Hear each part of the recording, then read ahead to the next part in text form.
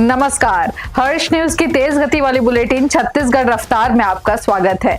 चलिए शुरू करते हैं क्षेत्रीय खबरों की तेज बुलेटिन छत्तीसगढ़ रफ्तार।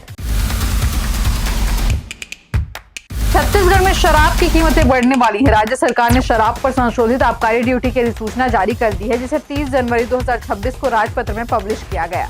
नई दरें 1 अप्रैल 2026 से लागू होंगी। इसके तहत देशी, विदेशी और बियर महंगी होंगी। जारी अधिसूचना के मुताबिक विदेशी शराब पर ड्यूटी अब रिटेल सेल प्राइस यानी बाजार में बिकने वाली कीमत के स्लैब के आधार पर तय की गई है। मतलब जितनी महंगी ब्रांड की शराब होगी उस पर उतना ज्यादा टैक्स देना होगा।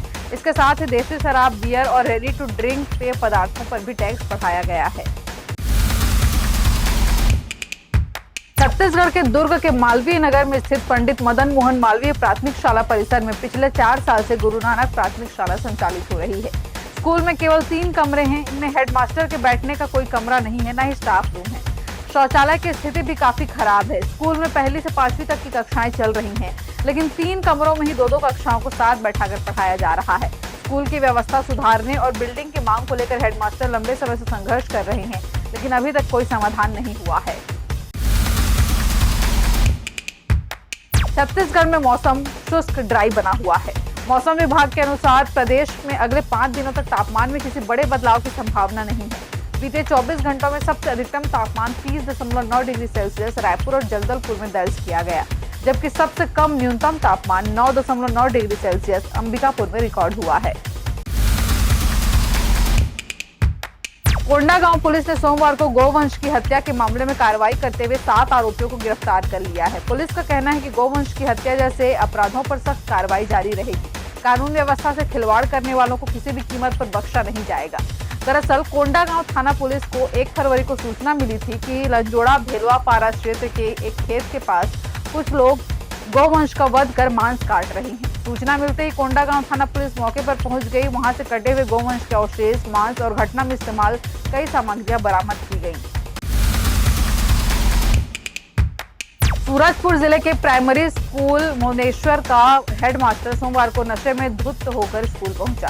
इसकी जानकारी मिलने पर ग्रामीण स्कूल पहुंचे तो हेडमास्टर सोता हुआ मिला। ग्रामीणों को देखकर उसने उठकर बच्चों को पढ़ाने की कोशिश की, लेकिन वह लड़खड़ाते हुए खड़ा तक नहीं हो पा रहा था। सूचना पर बीओ मौके पर पहुंची और जांच की। बीओ ने हेडमास्टर को सस्पेंड करने की अनुशंसा की है। मामला सूरजपुर जिले के रामानुज नगर ब्लॉक का है।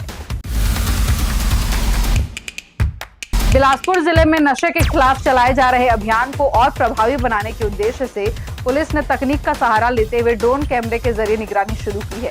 इसी कड़ी में पुलिस ने बीती रात बड़ी कार्रवाई करते हुए सिरगिट्टी क्षेत्र में नशे के अड्डों की पहचान की और दबिश देकर नशा कर रहे 10 युवकों को धर दबोचा। इसके बाद पुलिस ने एक साथ कई स्थानों पर दबिश देकर नशे कर रहे लोगों को मौके से पकड़ा है। नगर निगम रायपुर में प्लेसमेंट कर्मचारियों के वेतन भुगतान में अनावश्यक विलंब करने पर निगम प्रशासन ने सख्त कार्रवाई की है। नगर निगम ने Anshryan services private limited Amanpur Jabalpur का ठेका निरस्त करते हुए एजेंसी द्वारा जमा की गई सुरक्षा निधि एफडीआर को राजसात कर लिया है। भिलाई के चरोदा क्षेत्र में ऑनलाइन सामान की डिलीवरी में मिली नकद राशि में गबन और धोखाधड़ी का मामला सामने आया है। कंपनी के सुपरवाइजर ने डिलीवरी से मिली रकम बैंक में जमा करने के बजाय अपने पास रख ली। मामले में पुलिस ने आरोपी के खिलाफ केस करके जांच शुरू कर दी है। मामले की शिकायत अशोक कुमार वैष्णव निवासी नया राम मंदिर के पास भिलाई चरोदा ने थाना भिलाई चरोदा में दर्ज कराई है। उन्होंने बताया कि उनकी कंपनी एनटेक्स सर्विसेज प्राइवेट लिमिटेड में कार्यरत सुपरवाइजर को ऑनलाइन डिलीवरी से मिली नगद राशि बैंक में जमा करनी थी, लेकिन उसने पूरी रकम जमा नहीं की। छत्तीसगढ़ रफ्तार की आज की बुलेटिन में फिलहाल इतना ही। अपने आसपास की खबरों से जुड़े रहने के लिए बने रहें हर्ष न्यूज के साथ। नमस्कार।